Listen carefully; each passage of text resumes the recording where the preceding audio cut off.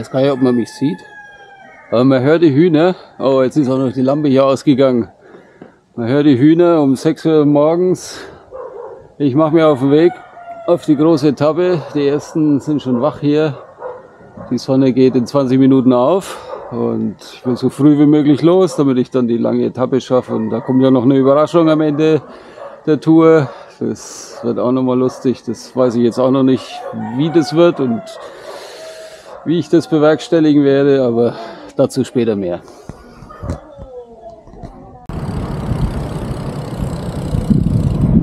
Ja, die haben hier irgendwie so Blinkies, Blinklichter links und rechts, um die Straße zu erkennen. Das sieht auch irgendwie spacig aus. Ein bisschen wie so eine Start- und Landebahn am Flughafen.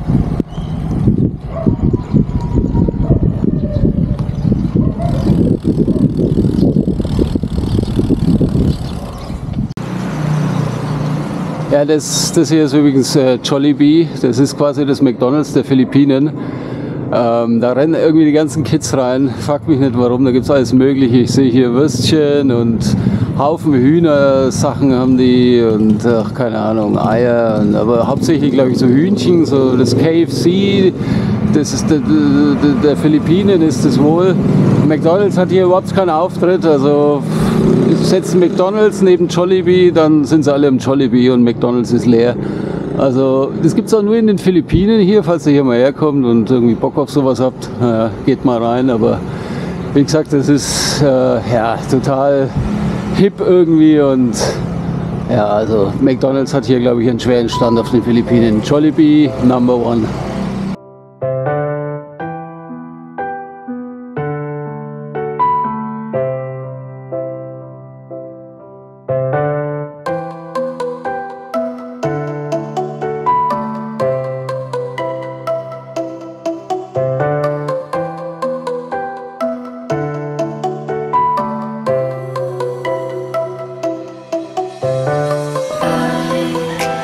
Wanna see this? Come to the Philippines.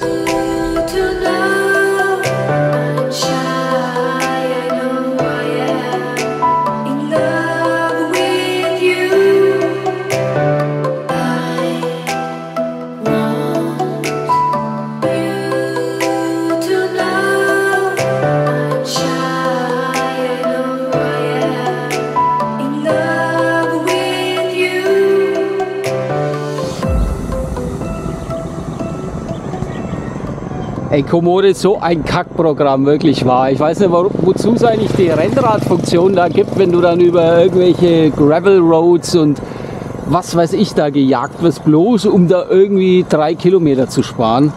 Ich bin jetzt hier schon ein paar Kilometer diese blöde Route hier gefahren. Ich dachte, es wird dann vielleicht irgendwo, dann stößt auf eine geteerte Straße, ja Pustekuchen. Da wurden die Wasserlöcher immer größer. Dann hat mich ein Filipino angesprochen und hat gemeint, ja, in seinen Tagalog-Language, dass da irgendwo was mit Wasser, Tubik, Wasser kommt, Knie hoch. Ich denke mir, was? Dann schaue ich auf die Karte und es ist so eine Art Fluss hier. Ich weiß nicht, ob man das sieht. Es ist alles etwas, ja, hier ist das Blaue auf jeden Fall. Da hätte ich dann drüber gesollt. Und jetzt muss ich wieder zurück nach Sablayan. Das ganze Stück zurück, über eine Brücke wahrscheinlich und dann auf die andere Seite. Oh, das kostet mich jetzt wieder so viel Zeit mit diesem Komoot-Mist. Ich weiß nicht, warum das nicht funktioniert. Das ist doch, wenn sie eh wissen, dass das hier schlechter Untergrund ist, die schreiben es ja teilweise auch in ihren Wegbeschreibungen rein. Warum jagen sie dich da mit einem Rennrad da drüber? Ich habe natürlich jetzt halt einen Fehler gemacht, ich habe die Strecke jetzt auch nicht groß gegengecheckt. Aber das musst du echt jedes Mal machen, dass du das noch einmal manuell nachprüfst, wo der dich da langjagt und auf Google Maps vielleicht gegenvergleichst. Weil das ist das Letzte, echt. Ey. Das kostet mich jetzt so viel Zeit. Wäre ich gleich die Straße rumgefahren, wäre ich wahrscheinlich schon längst auf der anderen Seite. Naja gut, aber hilft nicht, muss weiter.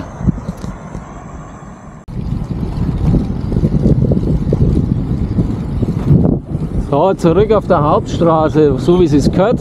Ich weiß nicht, was Komoot sich dabei denkt. Die Straße da eben, die ist nicht mal bei Google Maps. Da ist nicht mal ein Weg eingezeichnet. Es kann ja wohl nicht sein, dass da Komoot dich dann per Rennrad-Einstellung über solche Pfade jagt. Das kann, ich verstehe das nicht. Und dann kommt da ein Fluss. Da soll ich dann durchwarten oder was, Komoot? Wie stellt ihr euch das vor? Ist da eine Hängebrücke oder sowas? Ey, ich bin jetzt mal gespannt, wenn jetzt die Straße hier über die Brücke geht, über den Fluss, wie das Ding da aussieht. Das sollen sie mir mal zeigen, wie ich da mit dem Rennrad drüber soll. Es geht schon wieder gut los. Das hat mir jetzt so viel Zeit gekostet, der Mist. Er will mich schon wieder dahinter jagen. Irgendwelche Feldwege. Was ist denn da los? Ich kapiere das nicht. Ich habe doch nicht Gravel eingestellt. Hier ist eine super Straße und da ist Feldweg. Hallo. Oh.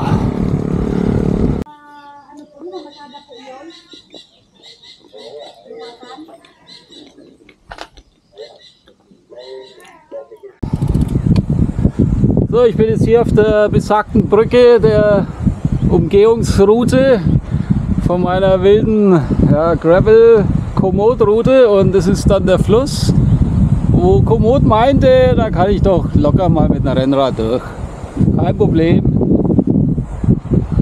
Ich weiß nicht, was die Entwickler sich dabei denken. Das ist doch als Feldweg sogar bei Google. Also wie kann man einen da mit einem Rennrad reinplanen? Ich verstehe es nicht. Aber gut, das mag deren Geheimnis sein, und das schult dann wieder einen selber, doch mal selber einen Blick auf die Karte zu werfen und ja, nicht blind irgendwelchen Programmen zu vertrauen. Aber gut, passiert hier und da. Jetzt sind wir auf der Straße und ja, hat noch ein gehöriges Stück vor mir. Weiter geht's. Tarana.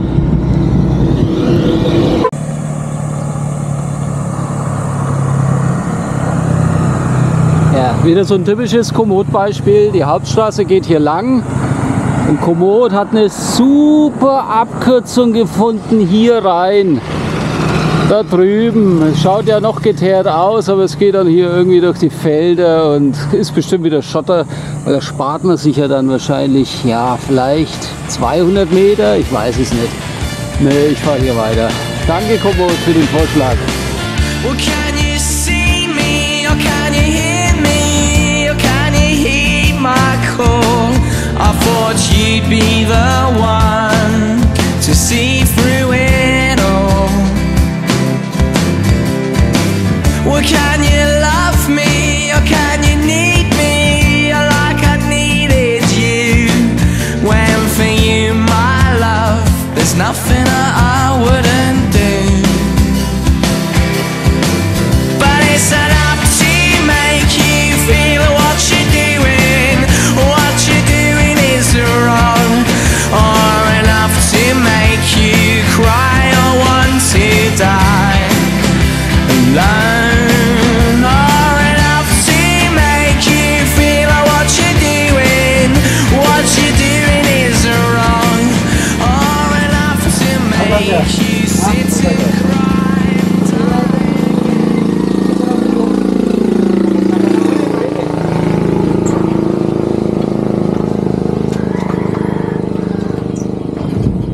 You stay vacation here, or you live in? No, they are so loud always.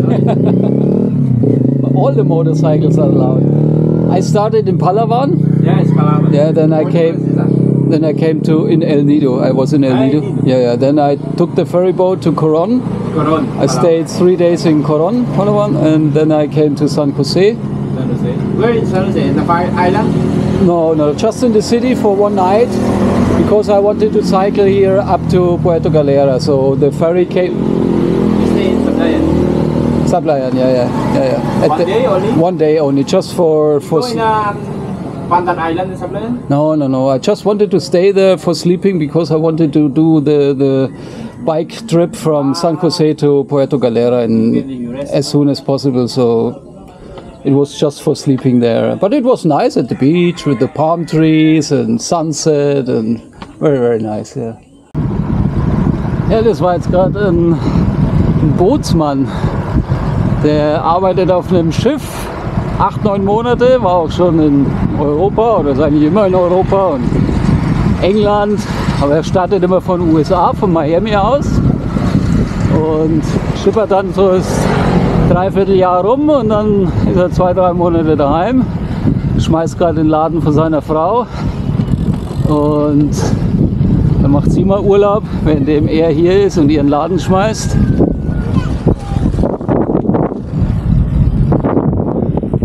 Und ja, haben uns jetzt nett unterhalten, war ganz interessant. Er sagt, ach ja, das habe ich noch gar nicht gesagt, er hat gemeint, dass in Abra de Ilok, das ist mein erstes Ziel, da ist ein Hafen und dass da ein Boot geht nach Puerto Galera, weil zwischen Abra de Ilok und Puerto Galera ist die Straße unterbrochen. Das sind also Bauarbeiten, das habt ihr in dem anderen Video auch schon mal gesehen, ich verlinke das mal oben, als ich im Mai schon mal hier war, bin ich bis zu dem Ende der Straße gefahren, wo dann hier quasi das zementierte Stück oder geteert oder was auch immer das ist, aufhört. Und da werden diese beiden Enden noch verbunden. Man kann wohl durchfahren mit Motorrädern, mit dem Rad wird es vielleicht auch gehen. Aber es muss ein rechtes Abenteuer sein. Man muss dann auch über so eine Art Fluss oder Bach.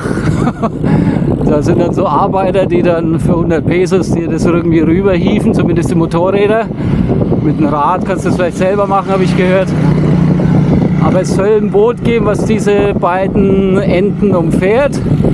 Von Abra de Ilok nach Puerto Galera, was mir natürlich sehr entgegenkäme und mir die Arbeit sehr erleichtert und auch Zeit spart. Aber die Frage ist, was die mir da abknöpfen wollen. Er hat gesagt, wenn ich da alleine komme, ist es vielleicht ein Problem und ich bin Ausländer. Aber mal schauen, was die Jungs dort so vermelden und wie es überhaupt ausschaut, ob ein Boot geht. Wenn nicht, dann muss ich da durch. Dann gibt es nochmal ein kleines Schotterabenteuer. Und das Problem ist halt die Zeit. Mir rennt halt die Zeit jetzt dann auch irgendwann davon, dass ich halt vor 6 Uhr zumindest in Puerto Galera bin. Weil dann die Sonne auch runtergeht. Licht habe ich keins. Selbst wenn ich eins hätte, das täte ja an den Lenker eh nicht ranpassen. Das ist ein Aero-Lenker. Und ja, jetzt haben wir noch ein Stück nach Abra de Ilok. Ungefähr 50, 60 vielleicht. Und dann lassen wir uns mal verraten, wie die Situation da aussieht.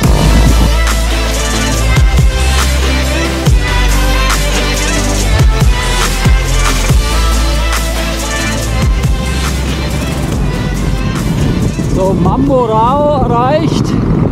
Von hier aus sind es jetzt noch 30, 35 Kilometer bis nach Abra de Ilok, zu diesem besagten Hafen.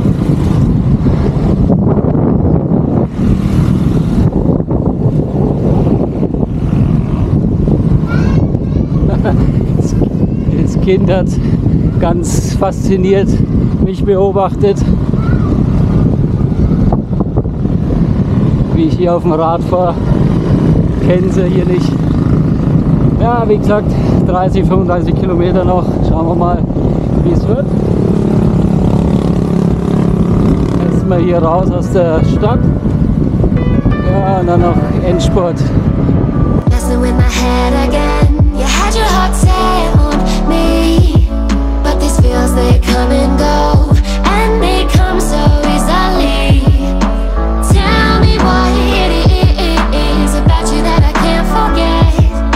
You're breaking down my walls again, just to set me free.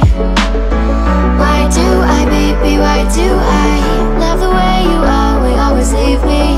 Why do I, baby, why do I love the touch but never love the feeling? Why do I, baby, why do I love the way you always leave me? Why do I, baby, why do I love the touch but never love the feeling?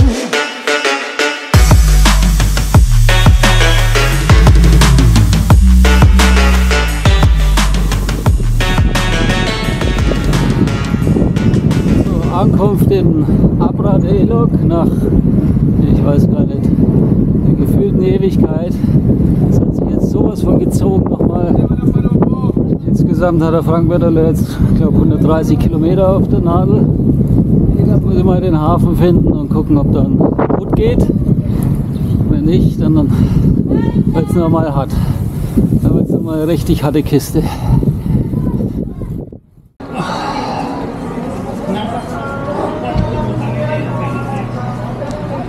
So, ich bin jetzt hier am Hafen von Abra de Ilok und irgendwie hat der Hafenmeister hier, oder wer auch immer das ist, hat jetzt irgendwie einen Deal mit jemandem ausgehandelt. Für 2000 Pesos bringen die mich mit einem privaten Boot nach Puerto Galera. Sie hier managt das irgendwie und dann schauen wir mal, ob das alles so funktioniert, weil das wäre mir eine große Hilfe, weil die Straße da hinten weiß kein Mensch, wie die aussieht.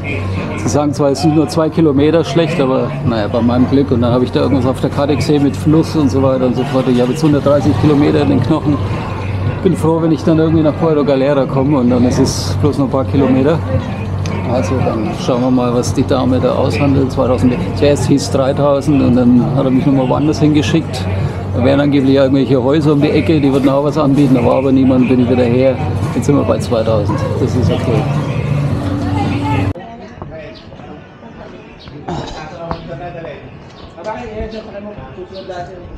Okay.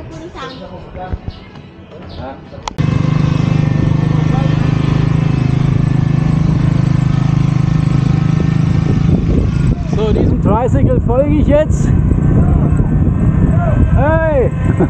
Ja, die habe ich vorhin schon gefragt, hier die Jungs, aber die haben kein Wort verstanden. Die führen mich jetzt irgendwie zu dem Boot, was mich dann nach Puerto Galera bringt. Das ist eine wilde Geschichte hier. Wilder Ritt. Schauen wir mal, ob ich das. Oh, das ist der Strand. Schauen wir mal, ob ich das überlebe oder ob sie mich verschanden.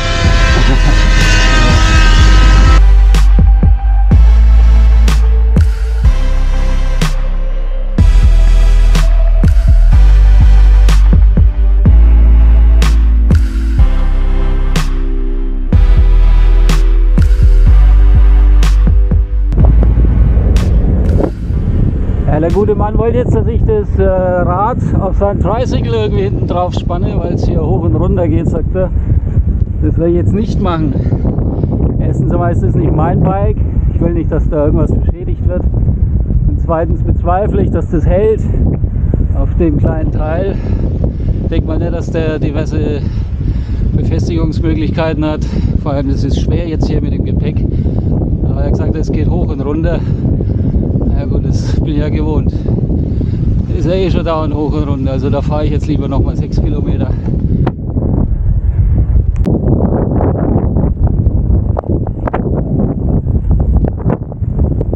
Ja, das ist diese Straße, die offiziell nicht offen ist, die noch gebaut wird. Die hört jetzt irgendwann dann auf, wie gesagt, und ich weiß allerdings nicht, wie befahrbar das ist. Hier kommt schon der erste Laster. Deswegen die Entscheidung, jetzt ein Boot zu nehmen, weil das ist mir zu risky.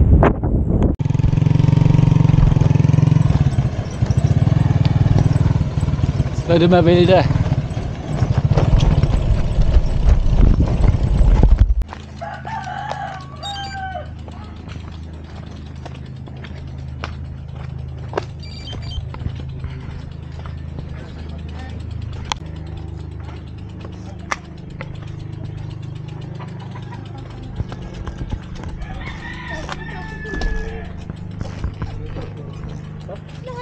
Hey. Hello.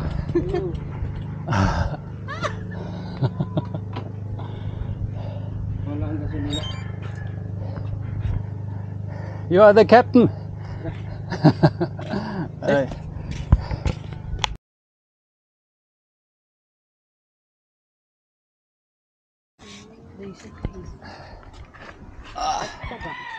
Wanna touch the bicycle? Mabilis daw, mabilis. Sabi, mabilis. Mabilis daw, mabilis. Are you fast? Pronto, sabay. Mabilis. Aba, kaganda, sabi mo sa papa, bilisan na.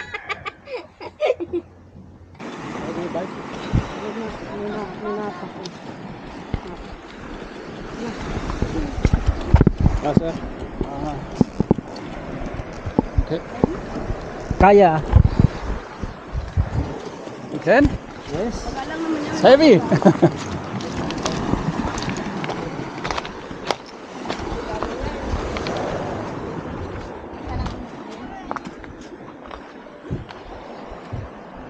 Kasi mga mama yung isang ano, tabla.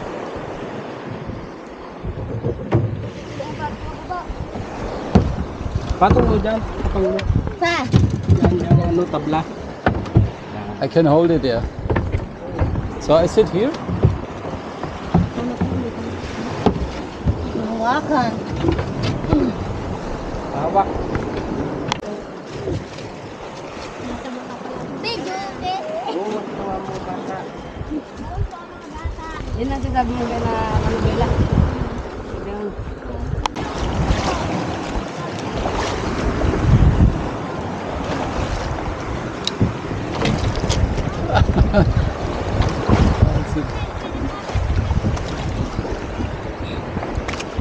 That's fun!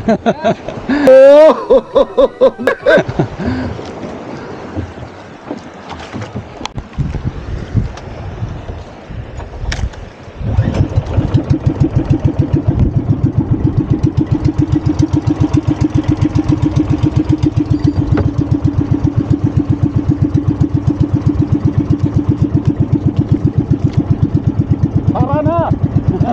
Tayo na. Tama na. Tara na!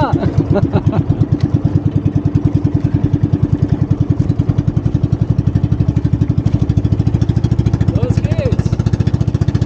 Oh yeah!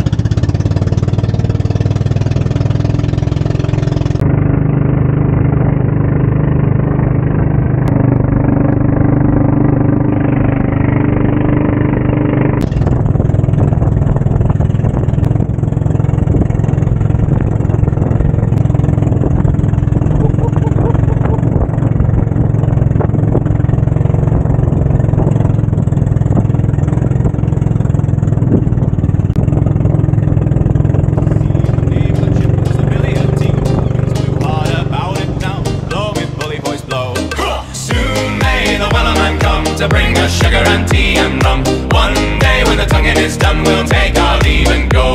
Soon may the wellerman come to bring us sugar and tea and rum. One day when the tonguing is done, we'll take our leave and go. She had not been 2 weeks from shore, but down on her a right whale bore. The captain called all hands and swore to take that whale in tow. Before the boat had hit the water, the whale's tail came up and caught her. All hands to the side, harpooned and fought her when she dived down below. Soon may the wellerman come to bring us sugar and tea and rum. One day when the tonguing is done, we'll take our leave and go. Soon may the wellerman come to bring us sugar and tea and rum. One day when the tonguing is done, we'll take our leave and go.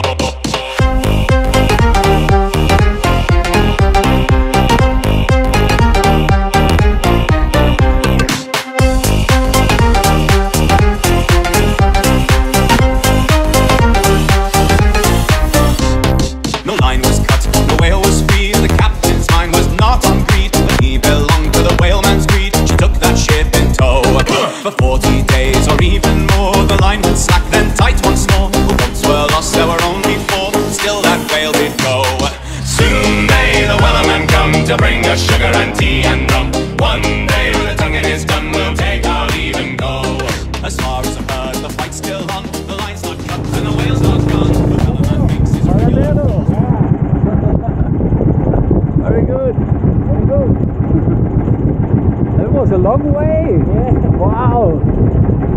I thought it's not so long. Wow.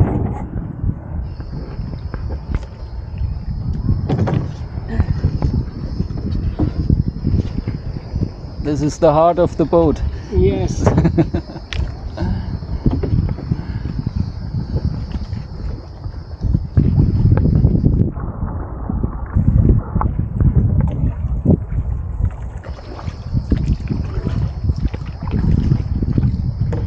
So this is the smuggler's nest, the secret place. Yeah.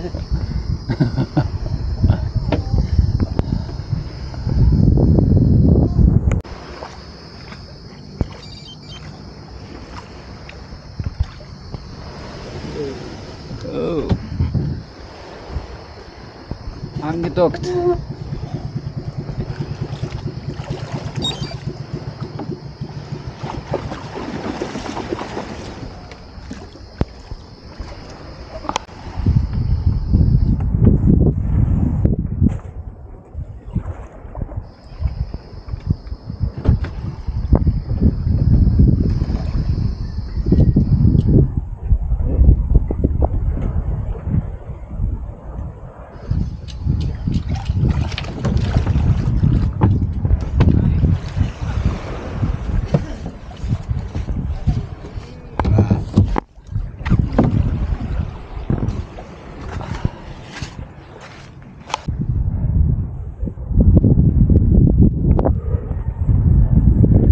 Also hier werde ich rausgelassen.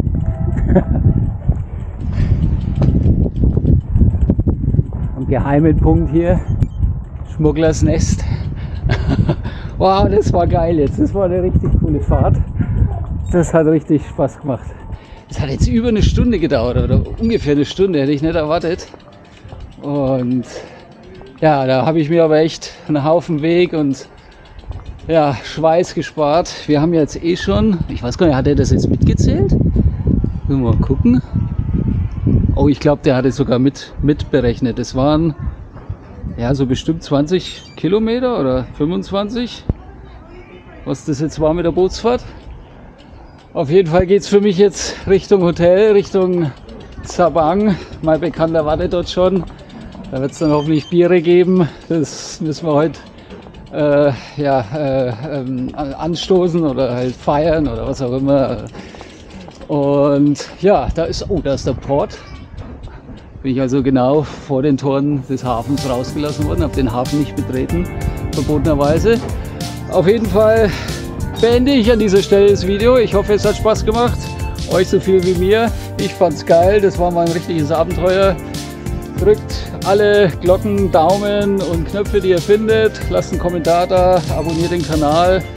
Und ihr könnt mich auch abonnieren auf Instagram und TikTok. Da stelle ich auch ab und zu mal was rein. Und ihr könnt auch meine Affiliate-Links nutzen, wenn ihr wollt, von Amazon und was da alles da unten ist. Kostet nichts für euch. Und ich sage danke, wir sehen uns beim nächsten Video. Bis dahin, ciao, ciao.